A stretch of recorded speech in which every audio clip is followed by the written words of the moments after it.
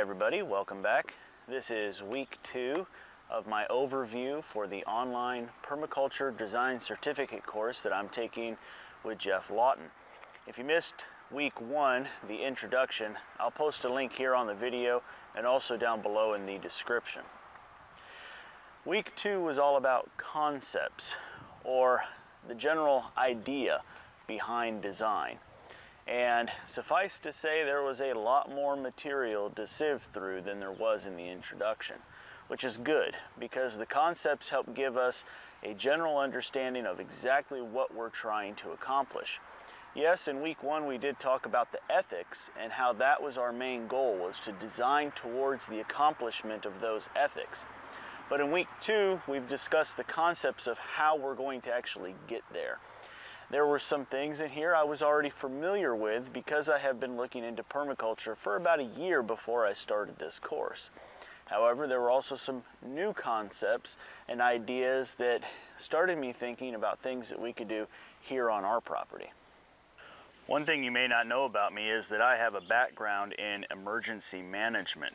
And in emergency management planning or design, we always look for the single point of failure, and then try to plan for redundancies to make sure that there is no longer a single point of failure. In other words, in our design, we want to make sure that there's always a backup plan. And that was one of the concepts that was brought out this week. Here's an example of that. I had never paid much attention to these plants before. We're at a fairly low part of the property. It's not the lowest. We have water flowing just actually underneath where the camera is from one side of the property to another.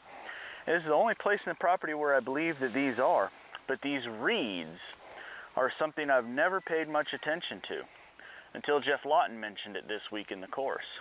He talked about having a web interconnecting all of the different elements in our design, where the product or output of one element can be the input for another element, as much as we possibly can until finally it exits the system. Because eventually some of the energy, hopefully as little as possible, will leave the system into what he was terming the sink. But then he talked about a design possibility to capture the last bit of nutrients that you could to bring it back into the system. And one of these concepts was to have reeds at the end of the water system to allow the reeds to soak up nutrients and to grow, and how you could then harvest the reeds and bring them back into the top of the system. In this case, his demonstration was shown in elevation. You could bring it back to the top of the system, allow those nutrients to get back into the system at the top, and then themselves back down. And I was excited that that's going to be an easy possibility for us to incorporate because we have these reeds already on the property. A part of the discussion this week within concepts has made me decide to take a step back from some of the designs that we were doing around the property so that I could better understand the methods, which happens to be next week's discussion, and the actual design behind these different elements. Part of that is this. This is the chicken run and coop that we were looking to set up, mostly because it was what was convenient.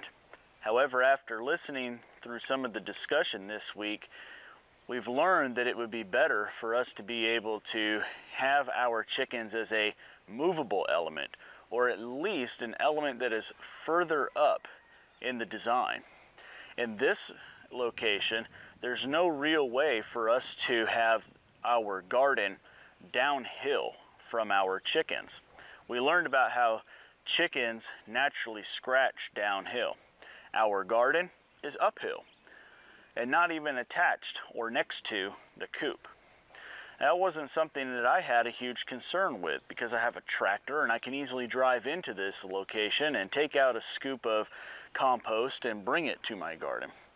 However, the concept is that if I can avoid using that machinery, it would be better.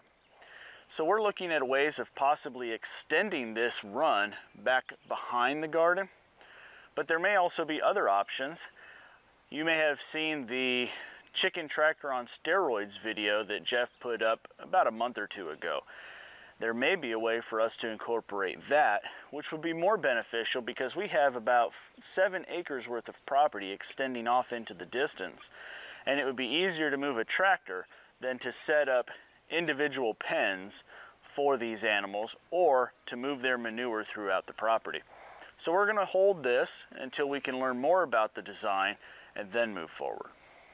I think perhaps you might understand just how important the concepts are to this course if you realize that this week there were about 15 videos just to the main section of class, and about another 5 or 6 videos, if I recall properly, to questions and answers related to the class. It was an extensive library of information to go through. But it's all pertinent and valuable because, as Geoff explains, if you cannot understand these concepts, then moving forward with how to design is going to be very difficult. I hope that this short little overview of this extensive section of the course gives you an idea of how we're moving forward.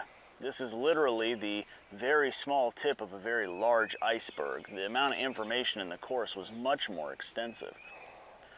Some things are things that you may have been familiar with if you're familiar with permaculture at all. For example, the general concept that the problem is the solution. Or in other words, that sometimes what we perceive as being a problem can lead us toward the solution. One example that I really enjoyed in this course, and something that I hope to experiment on in the future, is how what we would call a weed can actually just be an indication or a symptom to what the problem actually is. We may feel inundated with a certain type of weed, but if we understand why that weed is growing, then we can understand what the problem is with the soil and how to work with it. Another concept that was brought up was that we're not trying to design the exact same system at different sites throughout the entire world. That's not the way it was phrased, but that was the takeaway that I walked off with. What was said is that we need to evaluate the site and understand what will work here, because certain elements, specifically plants and their varieties, may not work in all locations. And also other elements may be elements that a particular site has no interest in, or they may want to have an emphasis on particular elements. So with that, we have to understand what the site is potential of and then work within that potential. As I mentioned, next week we're going to move into the methods, and there are less videos, but I have not looked to see just exactly how long they are, so it may be just as in-depth of a course. I look forward to sharing some of that information with you when next week is over, and as always, thank you for watching and thank you for subscribing. We'll see you next time.